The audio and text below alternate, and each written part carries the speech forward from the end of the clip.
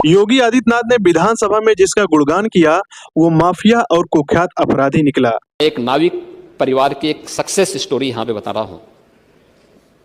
ये नाविक परिवार जिनके पास 130 नौकाएं थी, 45 दिनों की अवधि में इन लोगों ने शुद्ध बचत की है 30 करोड़ रुपए की।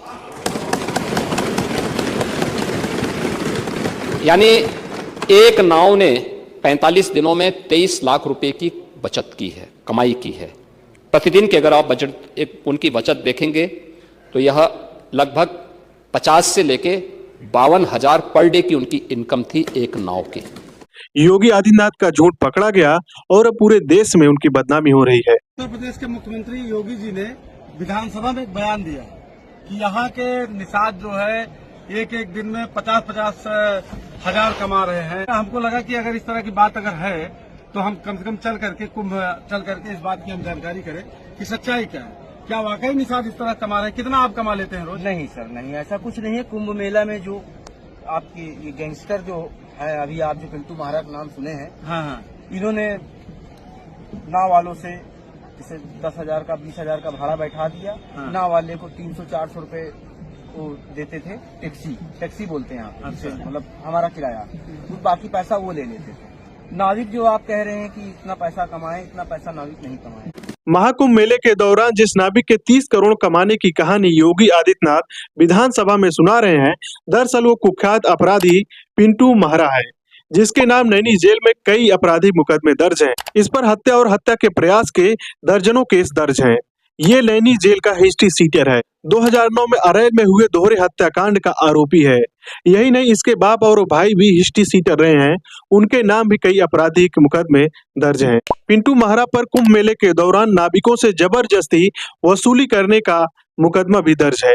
एक अपराधी जिसने कई निर्दोष लोगों की जान ली, जिस पर दर्जनों संगीन अपराध के मुकदमे दर्ज हैं, उसका मुख्यमंत्री द्वारा सदन में गुणगान करना कहां तक उचित है।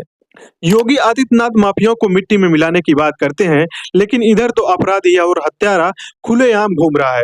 घूम ही नहीं रहा है, बल्कि महाकुंभ में नाव चलाने वाले नाविकों से जबरदस्ती पैसा वसूल रहा है। इस माफिया को मिट्टी में मिला देंगे, सरकार देंगे। जिसे गिरफ्तार होना चाहिए था, उसकी वीरता के किस्से योगी आदित्यनाथ विधानसभा में सुना रहे हैं। दरअसल महाकुंभ में सरकार की नाकामी की वजह से हुए हादसे को छिपाने के लिए सरकार इस तरह की मनगढ़ंत कहानियां गढ़ रही है। सरकार को पता नहीं था कि इस तरह उनकी पोल खुल जाएगी, लेकिन सवाल ये है कि क्या सरकार अपनी नाकामियों को छिपाने के लिए इस तरह एक अपराधी का विधानसभा में गुणगान करेगी। सरकार की नाकामी से महाकुंभ में 3 हादसे हुए, लेकिन सरकार ने केवल एक हादसे को माना, जिसमें कई गरीब लोगों की जान गई। लोग अपनों की लाश ढूंढते रह गए। न उन्हें मृतक के आंकड़ों में जोड़ा गया, न ही उन्हें कोई मुआवजा दिया गया। योगी आदित्यनाथ को जनता से माफी मांगनी चाहिए थी, लेकिन योगी आदित्यनाथ ने अहंकार में लाशों को तलाशने वालों को गिद्ध तक कह दिया। सच कहा कि महाकुंभ में जिसने जो तलाशा उसको वह मिला, गिद्धों को केवल लाश मिली। अब आप लोग बताइए, एक अपराधी का गुणगान मुख्यमंत्री को विधानसभा में करना चाहिए या नहीं।